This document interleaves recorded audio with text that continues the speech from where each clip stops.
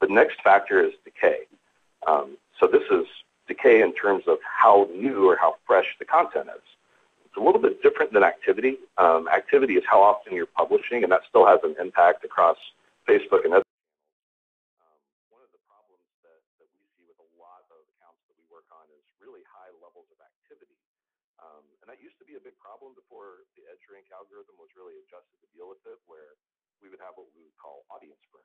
People over-publishing, publishing too frequently on Facebook would cause them to lose fans. And with EdgeRank, a lot of that content is filtered out unless it's highly engaging. So with Decay, it's the algorithm's looking at how new is this content. If two pieces of content that are identical get published from the same account, and one is 10 minutes newer, it's going to have a higher likelihood of being shared across streams than the older content. And some recent research that we found regarding the half-life of content on Facebook, how long it lasts before it's no longer relevant or before it's no longer engaged with. For example, a bit.ly link has a half-life of about 5 to 10 hours. So if you publish a bit.ly link at noon, typically all of the engagement around it, all of the sharing around it is going to be done by 5 o'clock, 6 o'clock.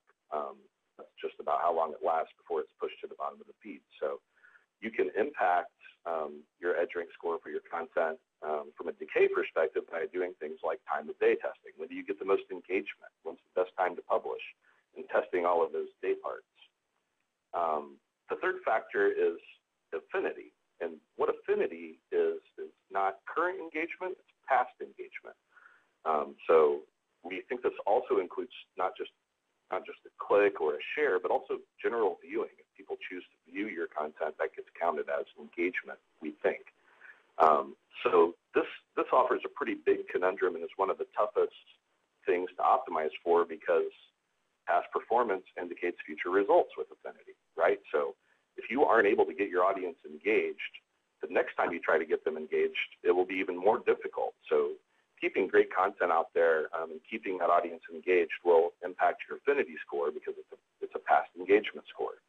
Another big challenge with this is that more control now exists in user settings, where on top of the EdgeRank algorithm, users can now filter content in lots of different ways that they couldn't a year and a half ago. So engagement is kind of a big driver here, and it's a big risk for brands when they're publishing content that's not relevant and people aren't engaging with it. It makes it more and more difficult over time for them to break through into other people's streams. Another thing that we've seen, besides those three factors, that it's been a pretty recent update is they haven't really called it this, but it looks very similar to like a trending topic on Twitter, where Facebook is rolling up multiple pieces of content about the same common topic. This is a post from yesterday where 14 of my friends are all talking about the same thing. They're all talking about the Super Bowl. That's what's happening in Indianapolis, where I'm at right now, actually in the social media command center for the Super Bowl. We've seen them rolling up all of this content, pushing it to the top of your stream, because so many of your friends are talking about it. Common topic plus multiple friends engaged equals top of feed. So if you can find topics that are trending and find a way to engage in those topics as a brand, that might help push you to the top of the feed. And we're not certain yet how this relates to EdgeRank, but we know it's happening, and we've seen it for lots of brands. Either way, it's huge for engagement, and therefore it will drive your affinity score. Another question we get a lot from our clients is about buying Facebook advertising and whether or not it impacts their EdgeRank. So far, we haven't found any evidence to suggest that buying a Facebook ad directly impacts your EdgeRank score. However, what ads can do is drive increased reach, both your direct audience and your amplified audience, which can then drive additional engagement, which can then drive more amplification, which drives more reach. So from that perspective, when you start to see how these ads trigger engagement, that can help with your EdgeRank. It can help expand your reach and all of those things. But it's really coming from the addition of audience to your channel, not necessarily a direct correlation between the ad and your EdgeRank score.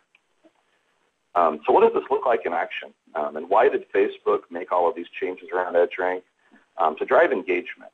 That's what it's about. It's about offering a great user experience that they can then leverage to monetize. And a picture tells 1,000 words. So what we're going to do here is take a quick look at kind of an eye tracking study around the Facebook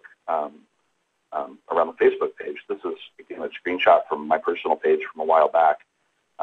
This is a gaze plot for that page, and you can see what this shows is where people look in what order on the page. It's a little bit difficult to see probably on the screen, but the first place and the second place people look are both picture shares.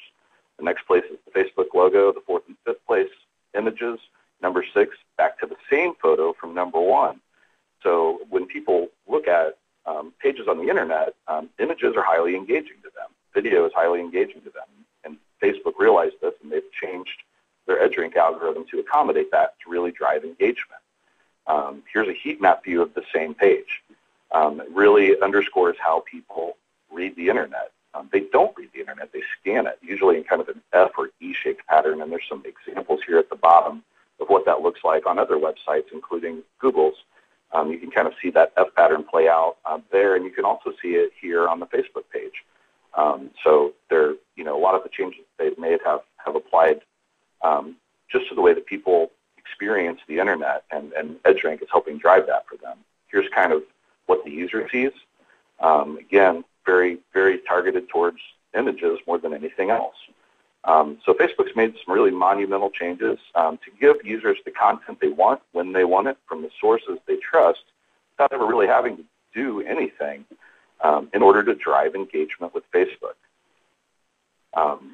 So pretty big deal.